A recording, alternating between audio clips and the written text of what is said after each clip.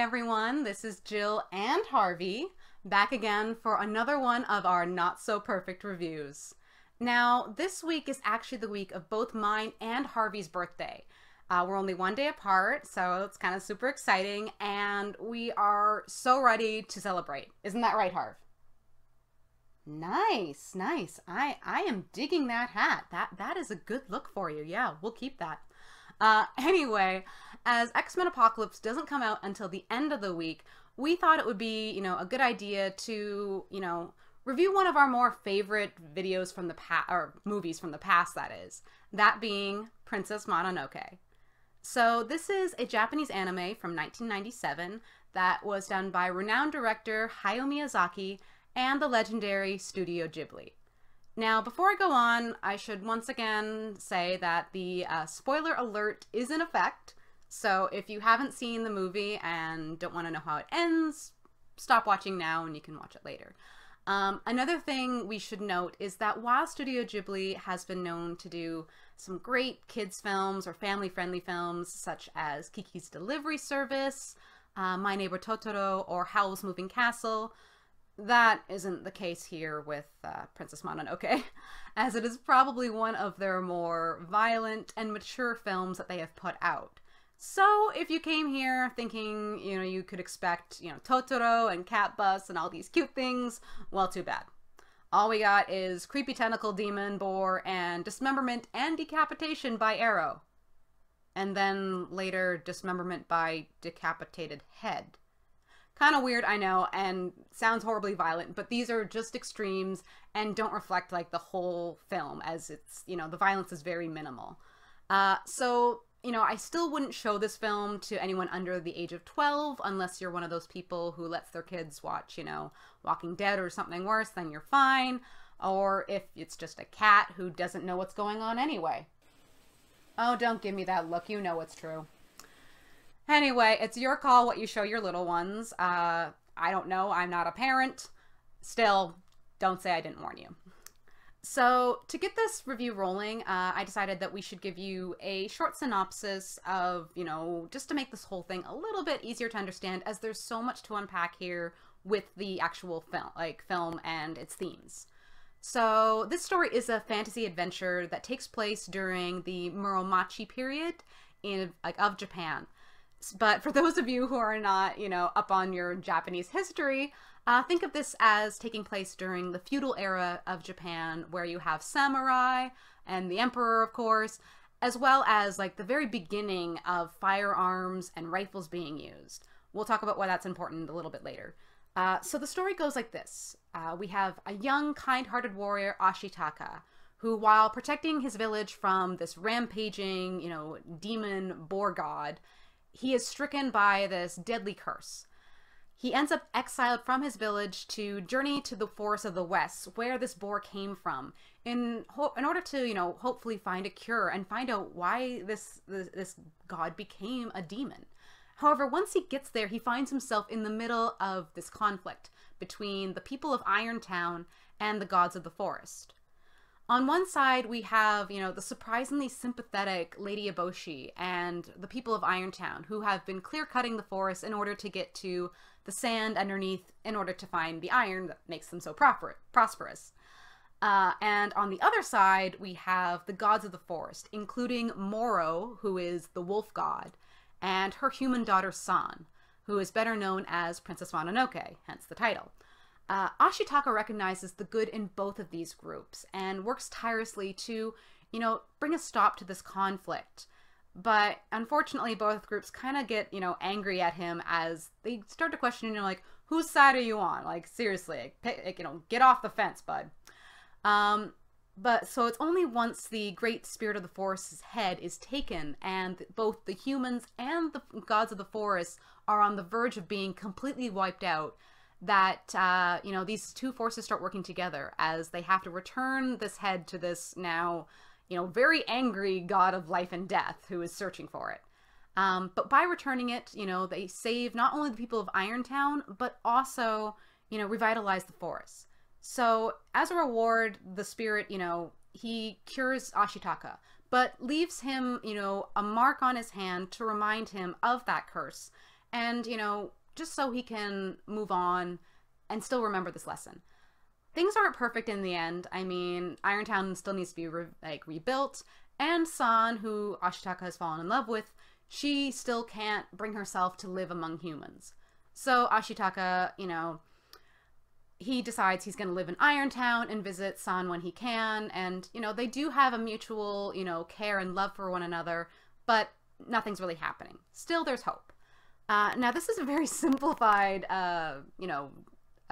account of the story, and it doesn't cover all the plot points or even all the characters, but it should just give you a general rundown about what the film is.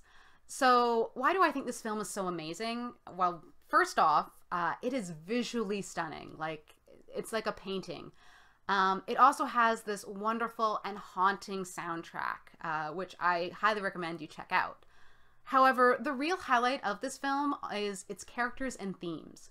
So first we have Ashitaka, who is very likable as a character, but he's very interesting in the sense that he is like the antithesis of what many would expect from, a main male protagonist. Despite having this immense strength given to him from his demon curse, as well as his skills as a warrior, Ashitaka has no love for violence. I mean, he is the peacemaker in this film. Even against like the demon god, demon boar Nago, or raiders, or whoever he's fighting, before he even draws a weapon, he tries to warn them away, tries to reason with them. So, violence is only his last resort. He tells people, stay back, leave him alone. And he's actually the first one to bring up love with San. He opens himself up emotionally first. And, in our society, he might be considered soft, as anger, which is often seen as the only emotion men are allowed to show without ridicule. Anger is something that Ashitaka strives to stamp out. The curse is really what drives him to do anything violent. Other than, like, as I said, last resort, he has no choice. So San and Lady Eboshi, on the other hand, they are wonderful feminist role models. That's not to say that they are without flaws, because they are horribly flawed. They're just not very two-dimensional, which is so great. Lady Eboshi and San, they are both blinded by their want to protect their people. And, unfortunately, both these women are actually very similar, but they're unwilling to see the conflict from the other side's perspective. So you have Lady Eboshi, she is a titan of industry and is respected by the men of her village. She is their leader in a time when, having a woman running things would be considered, unmanly, and just horrible. But she also cares for society's unwanted. She brings in lepers, she brings in brothel girls, and gives them a better life. Now, San, who has literally been raised by wolves, she's passionate and she's a fierce warrior, but she's also compassionate, as we see her go out to help the blind boar god Akoto during a battle. So these three characters, San, Ashitaka, and Eboshi, diverge heavily from stereotypical gender roles. As I said, they are well-rounded all around. Like Ashitaka, he is a caregiver. He saves the men in the forest, while, San is a warrior, Eboshi's a leader. And, they still do embrace some other stereotypical gender roles, as Ashitaka is a great warrior, and Eboshi and San are seen taking care of people of Irontown and Ashitaka. Now, moving on to Jigo, who is probably the closest thing that we have to a villain in this story, minus like the faceless Lord Asana, but we're not gonna discuss him. He's really likable. And while he's done some pretty terrible things, people die because of his actions and his selfishness, in a way, he's still kind of a victim of this broken system. He talks about it with Ashitaka, about how terrible the world is, and like no one seems to care, because we all die, from brothel girl to emperor. But the emperor's promise of a mountain of gold should Jigo find a way for him to live forever, gives Jigo a reason to go after the spirit of the forest in the first place. He figures, as he says, everybody wants everything. That's the way of the world. But I might actually get it. But in the end, he's not even mad when he loses. I mean, he just figures this is the way of the world. As he says, can't win against fools. And he just rolls with the punches, and he's so freaking charming. Like, I hate it. You want to hate him, but you're like, you're just too much fun. Anyway, the gods in this film, you have Naga, Moro, and Akoto. They are really strong characters as well, as they are both regal, but they are not infallible. They make bad decisions. They are prone to anger and violence just as much as the humans are. And even the spirit of the forest, it kills both humans and gods, but in a way, it's more of a balancer. What was that? Oh, Harvey has something he wants to add about the gods. So what character did you want to talk about? Oh, the Kodama. So the Kodama are these cute little tree spirits that you see. They're white, and their heads kind of move like rotary phones. If you don't know what I'm talking about, you're too young. Look it up. Educate yourself. Seriously, it's sad. But so yeah, Harvey, what did you want to say about the Kodama? What? They are not creepy. They are cute. Well, you're just a scaredy cat. Anyway, so other reasons that this film is so awesome is its messages. So the first one that's kind of obvious is the environmental message to conserve not just our environment but our wildlife, as well as the possible evils of industrialization. They also take a crack at the patriarchy by giving us characters that are both strong and flawed without falling into the trap of using gender stereotypes. And they're just people. You don't even really think of them as male and female. I mean, obviously you're gonna have to, but you know what I mean. Finally, the last theme I want to mention is how hatred is treated like an infection.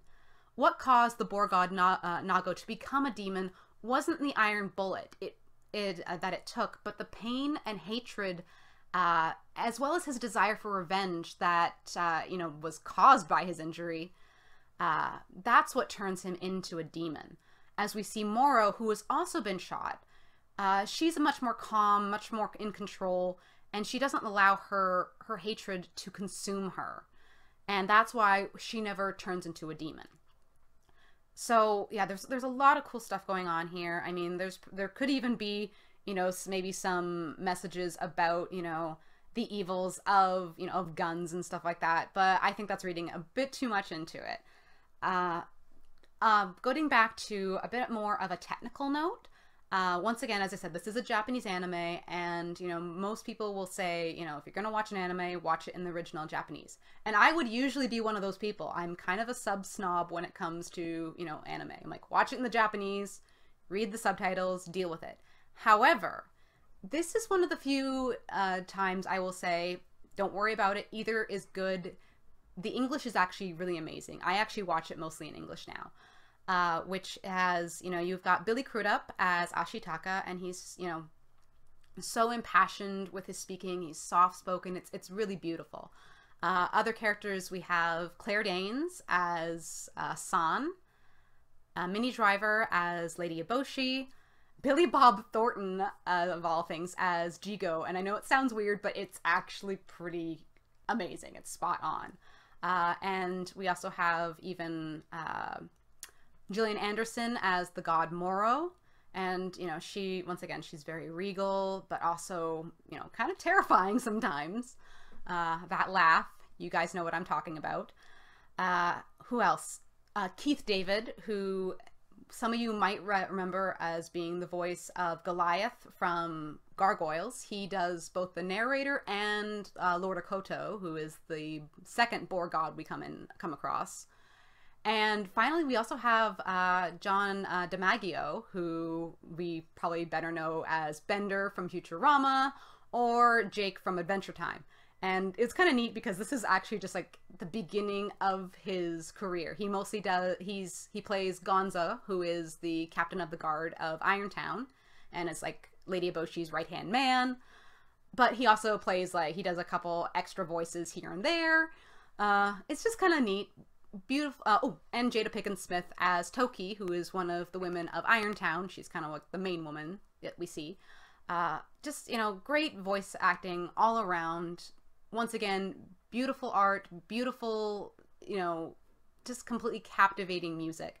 It is, like, I don't know how to sell it better than that. If you haven't seen it, go out and see it. You are really missing out. If you've already seen it, go see it again. It's just so good. I never regret rewatching this movie. So once again, thanks for watching this review. I hope you enjoyed it. We'll be back later, hopefully with a review for the new X-Men film once we have a chance to go see it. And once again, like and subscribe to New World Slackers for this show, our lore shows Unmasked and A Cup of Ice and Fire, as well as much more to come.